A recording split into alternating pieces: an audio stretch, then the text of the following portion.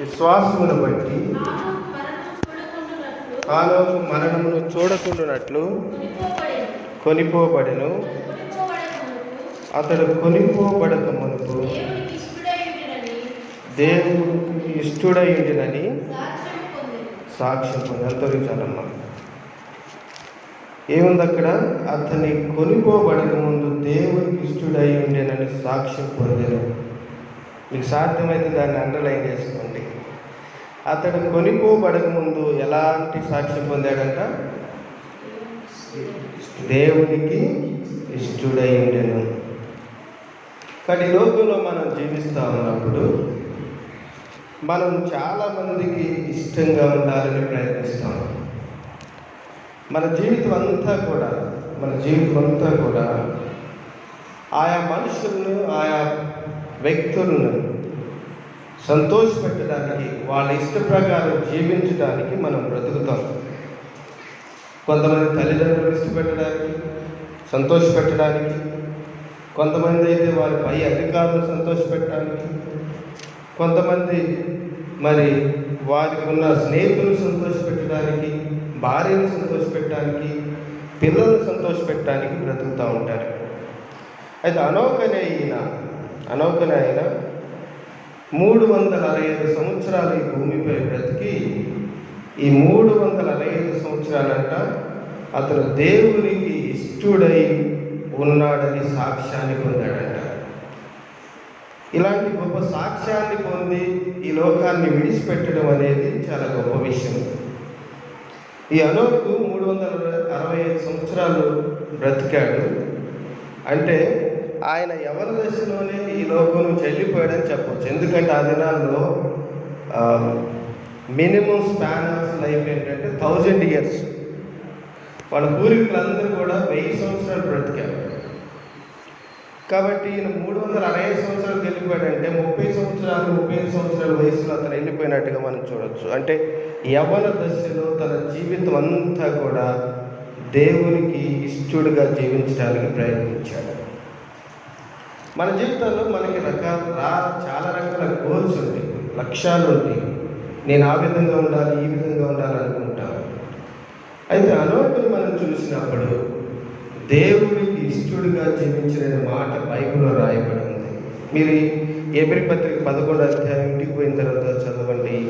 ఇందులో విశ్వాస వీరులు వీళ్ళంతా వాళ్ళంతా దేవుని కొరకు తమ జీవితాలను అర్పించిన వాళ్ళు. చాలా ఇంట్రెస్టింగ్ చాప్టర్ ఇది, Hebrews 11 చాప్టర్. మీరు చదివితే నిజంగా మీరు ఇంతకుముందు చదివితే మంచిది, చదవకపోతే ఇంటికి పోయిన తర్వాత చదవండి. చాలా గొప్ప వ్యక్తుల గురించి పత్రికలో రాయబడి ఉంది ఈ అధ్యాయంలో. ప్రత్యేకంగా చూడండి, పౌలు గలతీయులకు రాస్తూ 1:10లో మనుషులను నేను సంతోషపెట్టేవాడనైతే క్రీస్తు దాసుడును కాకపోదును అని చెప్తాను. మనుషులను సంతోషపెట్టేవాడు దేవుని దాసుడు కాదు అని చెప్తున్నాడు. చూడండి 10వ వచనం, గలతీయులకు రాసిన పత్రిక 1వ అధ్యాయం 10వ వచనం. ఇప్పుడు నేను మనుషుల దయను సంపాదించుకొని చూస్తున్నానా? దేవుని దయను సంపాదించుకొని చూస్తున్నానా? నేను మనుషులను సంతోషపెట్టుకొనుచున్నానా?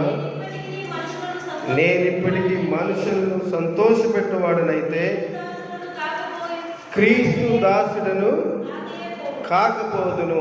మనం కానీ మనుషులను సంతోషపెట్ట ప్రయత్నిస్తే, if you try to please money, మన మనసును సంతోషపెట్ట ప్రయత్నిస్తే మనం క్రీస్తు దాసులను కాలేము. పౌలు చెప్తున్నాడు, ఒకవేళ నేను కానీ మనుషులను సంతోషపెడితే నేను ఇక క్రీస్తు దాసుడును కానని చెప్తా ఉన్నాడు. అపోస్తుడైన పౌలు తన జీవితం అంతా చాలా కాలం మనుషులను సంతోషపెట్ట ప్రయత్నించాడు. ఆ ప్రయత్నంలో ఎన్నో ఘోరాలు, ఎన్నో అపరాధాలు, ఎంతోమందిని ఇబ్బంది పెట్టాడు, హింసలకు గురి చేశాడు. తర్వాత అపోస్తుడైన పౌలు గ్రహించాడు, ఇది మనుషులను సంతోషపెట్టుటే కానీ దేవుని సంతోషపెట్టుటే కాదు. యూదులను సంతోషపెట్టుటే, రోమా ప్రభుత్వాన్ని సంతోషపెట్టుటే కానీ ఇది దేవుని సంతోషపెట్టుట కాదు అన్న సంగతిని గ్రహించాడు. అందుకనే మరి తెస్సలోనికీయులకు రాసిన పత్రిక, ఫస్ట్ థెస్సలోనియన్స్ 2:4, మొదటి తెస్సలోని పత్రిక 2:4. సువార్తను మాకు అప్పగించుటకు ఏక్యులమని దేవుని వలన ఎంచబడిన వారమై మనుషులను సంతోషపెట్టు వారము కాక మన హృదయమును పరీక్షించు దేవునిని సంతోషపెట్టు వారమై బోధించున్నాము. ఎవరిని సంతోషపెడుతున్నాడంటే అపోస్తలుడైన పౌలు? దేవుని సంతోషపెట్టువారే. ఎందుకు దేవుని సంతోషపెట్టాలి అంటే ఆయన చెప్తాడు, మన హృదయాలను పరీక్షించే దేవుడు ఆయన మన తండ్రి. ఆయన మన హృదయాలను పరీక్షించే దేవుడుగా ఆయన ఉన్నాడు. కాబట్టి ఆయన సంతోషపెట్టాలని ఆయన చెప్తా ఉన్నాడు. నేను సంతోషపెడుతున్నాను, నేను అలా సంతోషపెట్టకపోతే నేను క్రీస్తు దాసుడును కాదు అని చెప్తా ఉన్నాడు. 1 కొరింథీ 10:31, whatever we eat or drink or whatever you do all to the glory of God. 10:31. కాబట్టి మీరు భోజనం చేసినను పానం చేసినను మీరేమి చేసినను సమస్తమును దేవుని మహిమ కొరకై చేయండి. అంటే దేవునికి మహిమ వచ్చేది, దేవుడు సంతోషించేది, దేవుడిని గౌరవించేది ఏ పని అయితే ఉండదో ఆ పని చేయమని చెప్తా ఉన్నాడు. ఏమి చేసిన వాట్ ఎవర్ యూ డూ, ఆ మాటను మీరు జాగ్రత్తగా గమనించండి. మీరు ఏమి చేసిన, మీరు తింటారా, లేకపోతే తాగుతారా, లేకపోతే ఇంకేం చేస్తారు, మీరు ఏమైనా చేయండి. అంటే మనం చదువుకున్నా, ఉద్యోగం చేసినా, పని చేసినా, ఇంకా ఏమి చేసినా, ఎక్కడన్నా నిలబడి మాట్లాడినా, ఎవరి దగ్గరికైనా పోయినా, ఎవరికైనా మాట్లాడినా, మనం ఎలాంటి సంబంధాన్నైనా కొనసాగించినా, ఎవరికైనా స్నేహం చేసినా, ఎవరికైనా బంధుత్వం కలుపుకున్నా, యూ డూ వాట్ ఎవర్, మనం ఏమి చేసినా కూడా, పాటలు పాడినా, వాక్యం చెప్పినా, మందిరానికి వచ్చినా, ఏం చేసినా సరే ఏం చేయాలంట? You do all to the glory of God. దేవుని మహిమ కొరకు చేయాలి, మనుషుల మహిమ కొరకు, మనుషులను సంతోషపెట్టుట కొరకు కాదు. దేవుని సంతోషపెట్టుటకు మనం ఏం చేయాలనేది కొన్ని విషయాలు చెప్పి నేను దేవుని సంతోషపెట్టుటకు ఏం చేయాలనేది కొన్ని విషయాలు చెప్పి నేను ముగిస్తాను. మొట్టమొదటిగా మనం దేవుని సంతోషపెట్టాలి అంటే, హనోకు దేవుని సంతోషపెట్టాడంటే ఎలా సంతోషపెట్టాడో చూడండి. మొట్టమొదటిది గమనించండి. మొదటి హీబ్రూ 11:5, హెబ్రీ పత్రిక 11:5. విశ్వాసమును బట్టి హనోకు మరణమును చూడకుండాట్లు కొనుకోబడెను. అతడు కొనుకోబడక ముందు దేవునికి ఇష్టడై ఉండినని సాక్ష్యం పొందెను. కాగా దేవుడు అతన్ని కొనిపోయింది కనుక అతడు కనబడలేదు.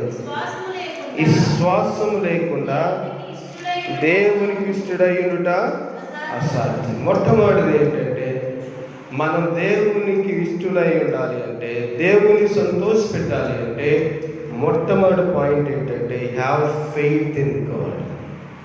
ఏంటది? దేవునిలో విశ్వాసం ఉంచాలి. మొట్టమొదటి విశ్వాసం లేకుండా ఎవరైనా నేను దేవుని సంతోష పెడుతున్నాను అంటే అది అబద్ధం.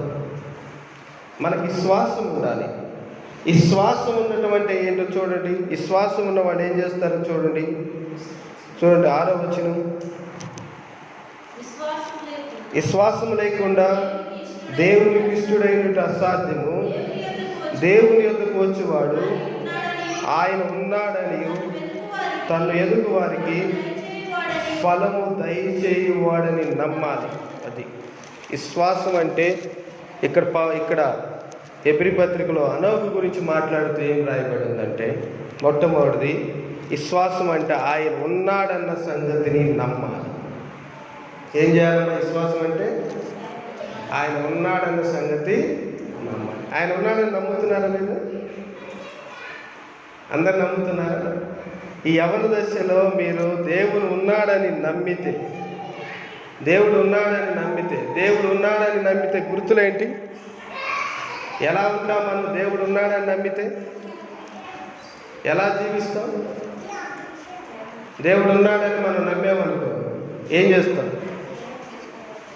అన్ని విషయాల్లో చాలా జాగ్రత్తగా ఉంటాం. మన ఇంట్లో ఫాదర్ ఉన్నాడు అనుకోండి, మనం ఎట్లుంటాం? ఇంట్లో ఫాదర్ ఉన్నాడు, నాన్నగారు ఉన్నప్పుడు ఏం చేస్తాం? మనం చాలా జాగ్రత్తగా కూర్చుంటాం, చదువుకుంటాం. టీవీ ఎవరన్నా ఆన్ చేసి ఉన్నా కూడా నాన్న వస్తుంటే ఏం చేస్తాం? టక్కన టీవీ ఆపేసి పుస్తకాలు తీసుకొని చదువుతాం. అంటే ఏంటి? దేవుడు తండ్రి ఇలాంటి దేవుడు మన మధ్యన ఉన్నాడని మనం నమ్మితే ఏం చేయాలంటే, ఫస్ట్ మనకు దేవునికి ఇష్టం లేని ఏంటియో అవన్నీ కూడా మన జీవితం నుంచి తీసేసుకోవాలి. You get rid of all the trash from your life. పనికి రాని విషయాలు ఏమున్నా కూడా అవన్నీ తీసేసుకోవాలి.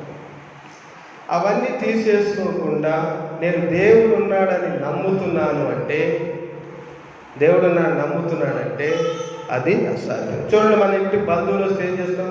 చక్కచక్క అన్ని చక్కగా పెడతాం కదా.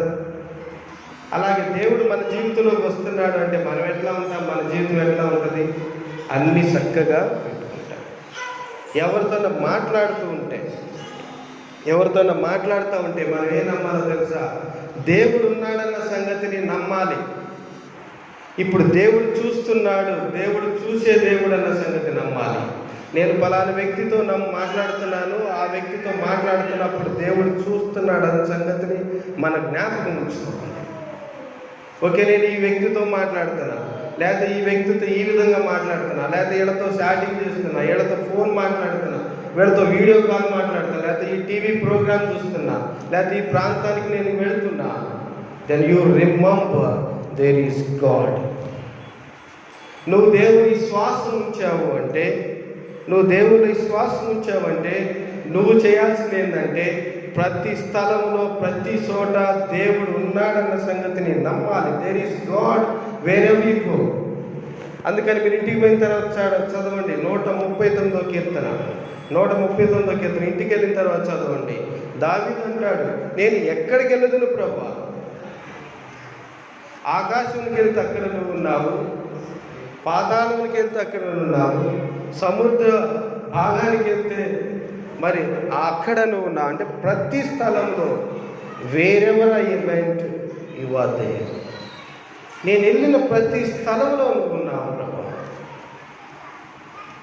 కాబట్టి దేవుని మనం నమ్మాము అంటే కేవలం ప్రార్థనకి రావటం, బైబిల్ మోసుకొని ఇక్కడ దాకా రావడం, మళ్ళీ బైబిల్ మోసుకొని ఇంటికి పోవటంలో అర్థం లేదు. కానీ దేవుడు ఉన్నాడన్న సంగతిని జ్ఞాపకం ఉంచుకోవాలి. హనోకు దేవుడికి ఇష్టడుగా జీవించాడు అంటే ఇంకా ఏం రాయబడింది?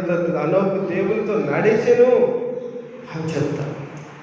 అంటే దేవుడితో నడిచేటప్పుడు ఆయన ఎవరితోనైనా మరి వాట్సాప్ చాటింగ్ చేస్తూ ఉన్నాడా? లేదు. ఎందుకంటే చాలా జాగ్రత్త. దేవుడితో నడిచేటప్పుడు ఎలా జీవిస్తారు, ఎలా ఉంటారు? చాలా జాగ్రత్తగా ఉంటారు. ఇప్పుడు ఒక కలెక్టర్ వచ్చాడు అనుకోండి, ఆయనతో మనం నడుస్తూ ఉన్నాం అనుకోండి, ఆయన ఏం మాట్లాడుతున్నాడో ప్రతి మాట జాగ్రత్త లేదు. ఆయన మాట వినాలి, ఆయన చూస్తాడన్న సంగతి ఆ భయంతో మనం ఉండాలి. మొట్టమొదటిది ఏంటంటే మనం విశ్వసిస్తే ఆయన ఉన్నాడని నమ్మాలి. రెండవదిగా చూడండి, ఫలము దయచేయునని, ఆయన ఫలం దయచేసేవాడన్న సంగతిని కూడా నమ్మాలి. ఏముందో చూడండి, తను ఎదుగు వారికి ఫలం దయచేవాడని నమ్మాలి. మనం ఆయన విశ్వాసం ఉంచామంటే ఆయన మనకు రావలసినవన్నీ ఇస్తాడు. What ever the due he will pay you back. మనం చేసిన ప్రతి పనికి, మనం చేసిన ప్రతి మేలుకి, మనం దేవుని మందిరంలో పడిన ప్రతి కష్టానికి, మన జీవితంలో మనం చూపిన ప్రతి త్యాగానికి, దేవుని మందిరానికి మనం ఇచ్చిన ప్రతి రూపాయికి దేవుడు ప్రతిఫలం దయచేస్తాడన్న సంగతిని నమ్మాలి. మనం ఇంత ప్రయాసపడి మందిరానికి వచ్చి ఇక్కడ కూర్చొని దేవుని వాక్యం విని వెళ్ళిపోతే దేవుడు ఎవరో వచ్చారో వెళ్ళిపోయారు అనుకోడు. God is looking at you. God is trying to pay you back. దేవుడు మరలా నీకు తిరిగి చెల్లిస్తాడు. నీ కష్టానికి, నీ త్యాగానికి, నువ్వు ఇచ్చిన సమయానికి, నువ్వు ఇచ్చిన డబ్బుకి, నువ్వు పెట్టిన ఖర్చుకి, ప్రతి దానికి దేవుడు ఇచ్చేవాడని సంగతి జ్ఞాపకం చేసుకోవాలి. ఈ విషయాలు మొట్టమొదటిగా దేవునిలో విశ్వాసం ఉంచడం ద్వారా దేవుణ్ణి సంతోషపెడతాం. రెండవదిగా చూడండి, దేవుని సంతోషపెట్టుటకు రెండవది ఏంటంటే రోమాపత్రిక 8వ అధ్యాయం 6వ వచనం. రోమాపత్రిక 8వ అధ్యాయం 6వ వచనం. రోమన్స్ 8:6. రోమన్స్ శరీరానుసారమైన మనస్సు జీవమును, ఆత్మానుసారమైన మనసు జీవమును సమాధానమైనది. ఏలయనగా శరీరానుసారమైన మనసు దేవునికి విరోధమైనది, అది దేవుని ధర్మశాస్త్రానికి లోబడదు, ఏ మాత్రం లోబడనేరదు. కాగా శరీర స్వభావం గలవారు దేవుని సంతోషపరచలేరు. చాలండి. ఎవరంట దేవుని సంతోషపెట్టే? ఆత్మానుసారులు దేవుని సంతోషపెడతారు, శరీరానుసారులు దేవుని సంతోషపరచారు. If you are carnal minded you can't please God, you can't make God happy. దేవుని సంతోషపెట్టలేరు. ఈ శరీరానుసారులు అంటే ఏంటి? శరీరానుసారులు శరీర స్వభావం గలవారు ఎవరు? ఈ శరీర స్వభావం గలవారు ప్రతి విషయంలో కూడా శరీరానికి ప్రాధాన్యత ఇచ్చేవాడు. ప్రతి పనిలో కూడా శరీరమే ముఖ్యం, ఈ లోకమే ముఖ్యం, వాళ్ళ కడుపే దేవుడు అంటాడు. ప్రతి దానిలో ఈ లోక సంబంధమైన వాటికే ప్రాధాన్యత ఇచ్చేవాడు. ప్రతి దానికి ఇతరులను సంతోషపెట్టుటకు దేవుని కార్యాలను పక్కన పెట్టేవాడు. ఇది చేస్తే ఏమైందిలే, వాళ్ళు మా అన్న అవుతారు, లేదా మా అక్క ఇది, మా బంధువులు అవుతారు అని ఆలోచించేవాళ్ళు. ఇది దేవునికి విరోధమైన కార్యం అన్నా కూడా ఏం చేస్తామన్నా తప్పదు. అట్లా ఈ లోకంలో ఉన్నప్పుడు అట్లాంటివన్నీ కూడా చేయాలి. But you are not suppose to do it. మనం అలా చేయడానికి లేదు. అలా చేసేవాళ్ళు దేవుణ్ణి సంతోషపరచలేరు. కాబట్టి ప్రజలు రెండు రకాలుగా ఉంటారు, carnal minded and spiritual minded. ఈ ఆత్మానుసారులు దేవుణ్ణి సంతోషపెడతారు. ఈ ఆత్మను అనుసరించి నడిచిన వాళ్ళు, ఈ పరిశుద్ధాత్మ కలిగిన వాళ్ళు దేవుని సంతోషపెట్టుటెట్లో ఆలోచిస్తారు ప్రతి గడియలో. శరీరానుసారులు శరీరాన్ని సంతోషపెట్టుటెట్లు. ఈ టీవీ ప్రోగ్రామ్ చూస్తే ఎంత బాగుంటుంది, ఈ సినిమా చూస్తే ఎంత బాగుంటుంది, ఈ డాన్స్ ప్రోగ్రామ్కి వెళ్తే ఎంత బాగుంటుంది, లేకపోతే వీళ్ళతో పిక్నిక్కి వెళ్తే ఎంత బాగుంటుంది అని ఆలోచిస్తారు. They are not spiritual minded, they are carnal minded. Carnal minded people can not please God. వాళ్ళు దేవుణ్ణి సంతోషపెట్టలేరు. కాబట్టి ఈ లోకంలో శరీరాశ, నేత్రాశ, జీవపు డంబం అనేవి ఉన్నాయి. వీటిని చంపేయాలి సంపూర్ణంగా. అప్పుడు మాత్రమే మనం దేవుని సంతోషపెట్టగలం. మూడవదిగా చూడండి, దేవుని సంతోషపెట్టాలి అంటే మూడవదిగా కీర్తనలు 147:11. Psalms 147:11. Psalms 147:11. Psalms 147:11. తన యందు భయభక్తులు గల వారి యందు, తన కృప కొరకు కనిపెట్టుకోని వారి యందు యెహోవా ఆనందించువాడైనాడు. దేవుడు ఆనందిస్తాడు. ఎవరి యందంట? ఆయన యందు భయభక్తులు గల వారి యందు. Fear God. థర్డ్ పాయింట్ ఏంటంటే దేవుని సంతోషపెట్టాలంటే దేవునికి భయపడాలి, దేవుని యందు భయభక్తులు కలిగి ఉండాలి. చాలా మందికి భయం ఉండదు దేవుడు అంటే. భయం ఉన్నప్పుడు ఏంటో తెలుసా? మనం భయం ఉన్నప్పుడు అవతల వ్యక్తులు ఎలా గౌరవం ఉంటుంది, అవతల వ్యక్తులు వస్తున్నారంటే వాళ్ళు ఎలా హర్ట్ అవుతారో అని ఆ పనులు మనం చెయ్యం. మేమంతా డిపార్ట్మెంట్లో పనిచేస్తూ ఉన్నప్పుడు కాలేజీలో మాతో కొంతమంది బ్రాహ్మిన్స్ వాళ్ళు ఉన్నారు. వాళ్ళ కోసం మేమేం చేస్తామంటే మాకు ఇష్టమైనా కూడా మటన్ కానీ చికెన్ కానీ మేము మా క్యారియర్లో తీసుకెళ్తాం. ఎందుకంటే వాళ్ళందరూ మాతో కలిసి తింటారు కనుక వాళ్ళు బాధపడతారేమో అని. ఎందుకంటే వీ రెస్పెక్ట్ దెమ్. వాళ్ళకు మేము గౌరవిస్తాం, వాళ్ళని మేము ప్రేమిస్తాం కనుక వాళ్ళు ఏ మతమైనా ఏ కులమైనా వాళ్ళ కోసం మేము తినటానికి కూడా తినేవి మాకు ఇష్టమైనవి కూడా పక్కన పెడతాం. మనకిష్టమైనవి కూడా పక్కన పెట్టాలి దేవుని కొరకు. అందుకనే యోసేపు ఏం చెబుతున్నాడంటే ఆదికాండం 39:9 యోసేపు జెనసిస్ 39:9 నీవు అతని భార్యవైనందున నిన్ను తప్ప మరి దేని నాకు అప్పగింపగా ఉండలేదు. కాబట్టి నేనెట్లింత ఘోరమైన దుష్కార్యం చేసి దేవునికి విరోధంగా పాపం కట్టుకుందనంత నా యజమాని భార్యతో. యోసేపు చరిత్ర అంతా కూడా, ఆయన హిస్టరీ అంతా మీకు తెలుసు. It's a beautiful story. ఇది తెలియని వాడు ఎవరు లేరు నాకు తెలిసి. ఆయన ఏమంటున్నాడు తెలుసా? ఇది దేవునికి విరోధమైనది. ఇంత ఘోరమైన దుష్కార్యం చేసి దేవునికి విరోధంగా నేనెట్లు పాపం కట్టుకుంటున్నాను. దేవునికి విరోధమైన పని. మనం ఒక పని చేస్తూ ఉన్నప్పుడు మనం దేవునికి భయపడాలి. ఇది దేవునికి విరోధమైనదా, దేవుని సంతోషపెట్టేదా అని. చాలామంది అంటారు సినిమా చూస్తే తప్పేందండి అంటారు. మీకు కూడా అలాంటి డౌట్ ఉందా? సినిమా చూస్తే తప్పే ఉంది, సీరియల్ చూస్తే తప్పే ఉంది, డాన్స్ ప్రోగ్రామ్ చూస్తే తప్పే ఉంది, డీ జోడీ చూస్తే తప్పే ఉంది, జబర్దస్త్ చూస్తే తప్పే ఉంది అని ఎవరికైనా డౌట్ ఉందా? ఒక్క మాట చెప్తాను నేను, మీకు ఎప్పుడైనా ఇలాంటి డౌట్ వస్తే, ఇవన్నీ బైబిల్లో లేవు. కొంతమంది నన్ను అడిగారు, మరి మా సిగరెట్ తాగితే తప్పేంటి అని. సిగరెట్ తాగకూడదని బైబిల్లో ఎక్కడుంది? సినిమాకి వెళ్ళకూడదని బైబిల్లో ఎక్కడుంది? సీరియల్ చూడకూడదని బైబిల్లో ఎక్కడుంది? నీకు ఎక్కడుంది అని నీకు దొరకనప్పుడు, బైబిల్లో దొరకనప్పుడు, యు ఆస్క్ ఎ క్వశ్చన్, ఒక ప్రశ్న నిన్ను నువ్వు అడుగుకోవాలి. అదేంటంటే, ఈ పని చేయడం వల్ల నేను దేవుణ్ణి సంతోషపెడుతున్నానా, దేవుని అవమానపరుస్తున్నానా? నువ్వు సినిమా చూస్తే దేవుడు సంతోషపడతాడు అని నువ్వు అనుకుంటున్నావా? నువ్వు సిగరెట్ తాగితే దేవుని సంతోషపెడుతున్నానని నువ్వు అనుకుంటున్నావా? నువ్వు మందు తాగితే దేవుడు సంతోషపెడతాడని నువ్వు అనుకుంటున్నావా? సీరియల్ చూస్తే దేవుడు సంతోషపడుతున్నాడని దేవుడు అనుకుంటున్నావా? ఆలోచించి ప్రార్థన చేసుకొని నిర్ణయం తీసుకోవచ్చు. నీకు ఇది తప్పు, ఇది ఒప్పు అని ఎవరు అడగరు. అడిగేది దేవుడే. అందుకని ఏమంటున్నాడు తెలుసా? ఇంతకుముందు మనం చూసాం, ఆయన మనుషుల హృదయాలను చూసే దేవుడు.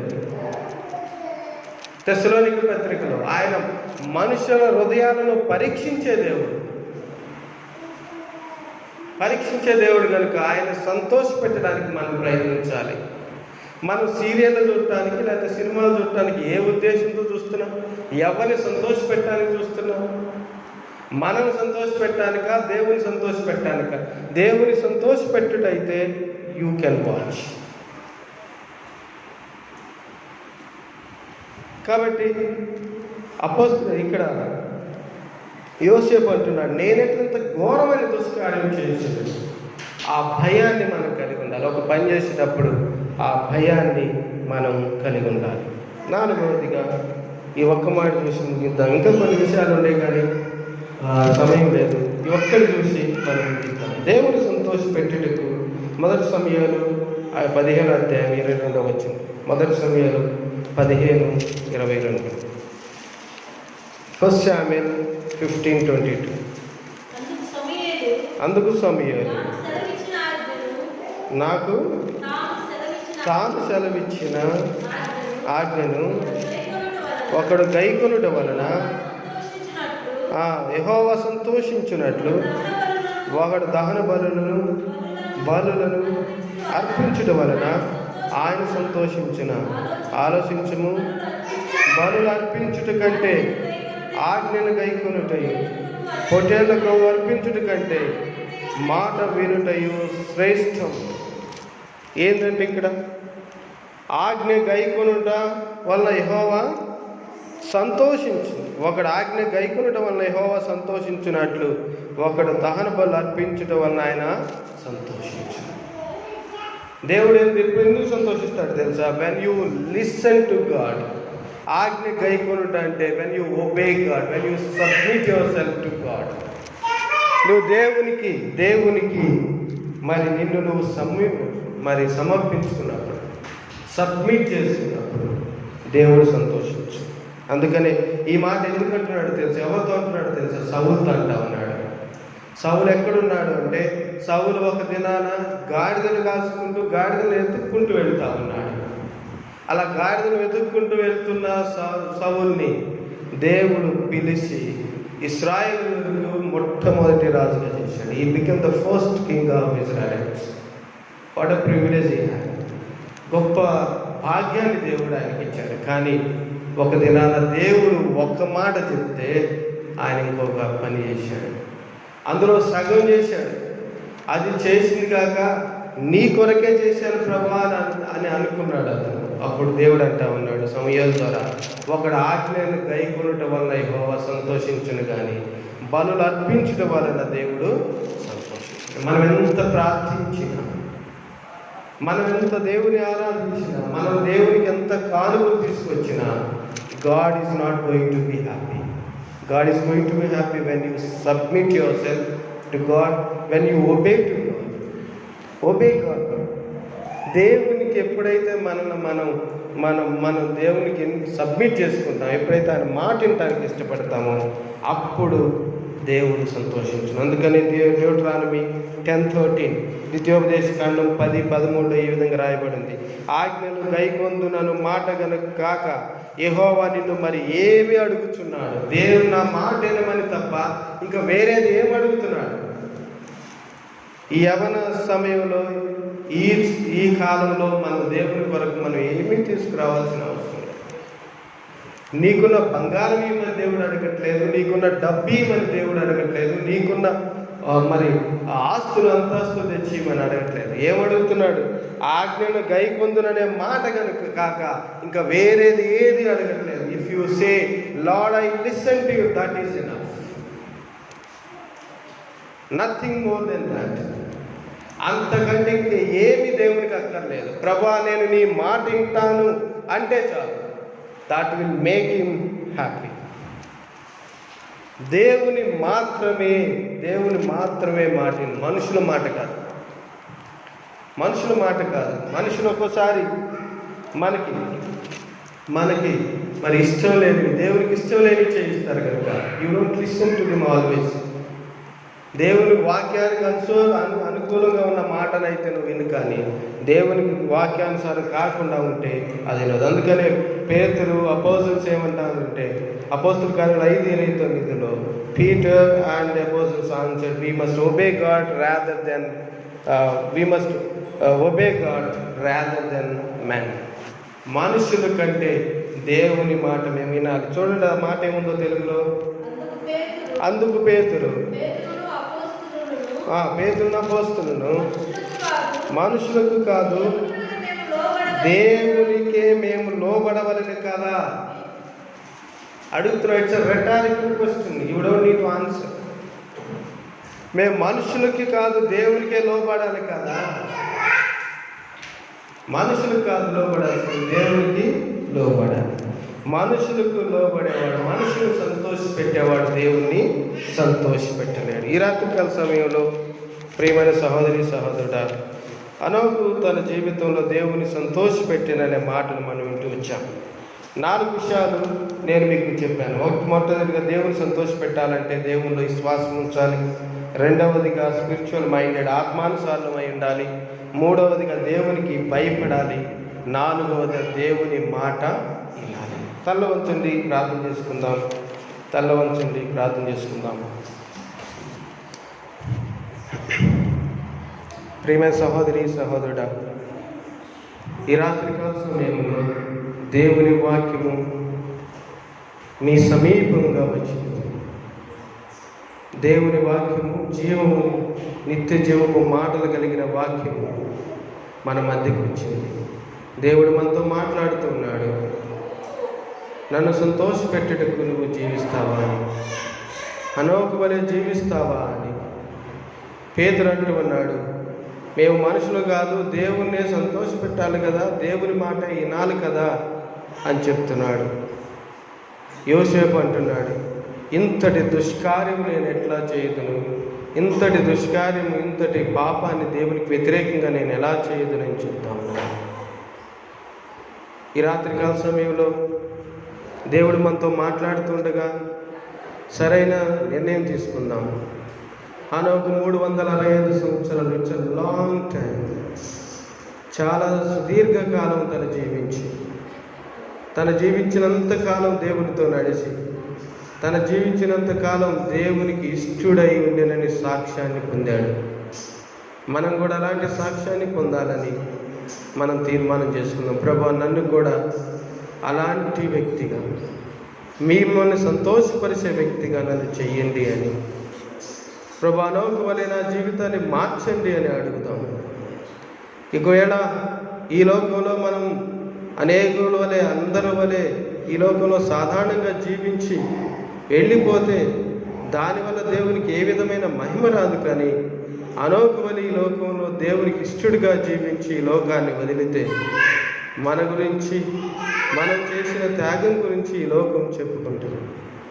ప్రభా, నేను కూడా హనోకు వలె ఉండటానికి, హనోకు వలె మరి మీకు భయపడటానికి, ఆత్మానుసారుడై ఉండటానికి, హనోకు వలె మీ మాట వినటానికి, మీతో నడవటానికి నేను ఇష్టపడుతున్నాను ప్రభు అని దేవుని సన్నిధిలో మనం ఒక తీర్మానం చేసుకుందాం. దేవుడు మన జీవితాన్ని మారుస్తాడు. మీరు అలాగే ప్రార్థనలో ఉండి మీ తీర్మానం చేసుకుంది.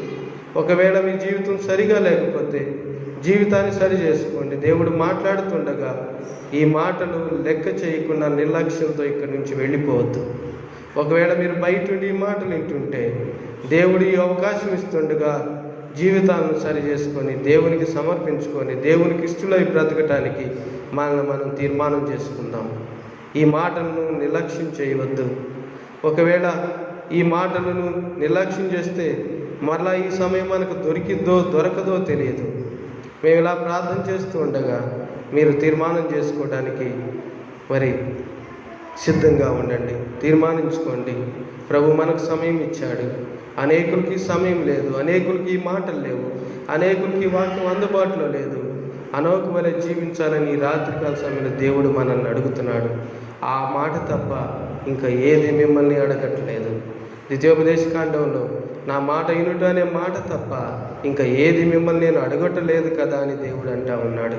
ఇంకా వేరేది ఏది అడగట్లేదు. మీ డబ్బు అడగట్లేదు, మీ దశమ భాగాలు అడగట్లేదు, మీరు మీ బంగారం, మీ ఆస్తులు దేవుడు అడగట్లేదు. కానీ మీ హృదయాన్ని అడుగుతున్నాడు, మీ మాట ఇవ్వమని అడుగుతున్నాడు. ఈ మాటను నిర్లక్ష్యం చేయవద్దు. అలాగే తల ఉంచండి, ప్రార్థన చేసుకుందాము, తీర్మానం చేసుకుందాము.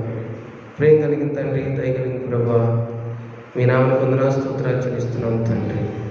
ఈ రాత్రికాల సమయంలో మాకు మీ మాటలను బోధిస్తూ వచ్చినందుకే వందనాలు.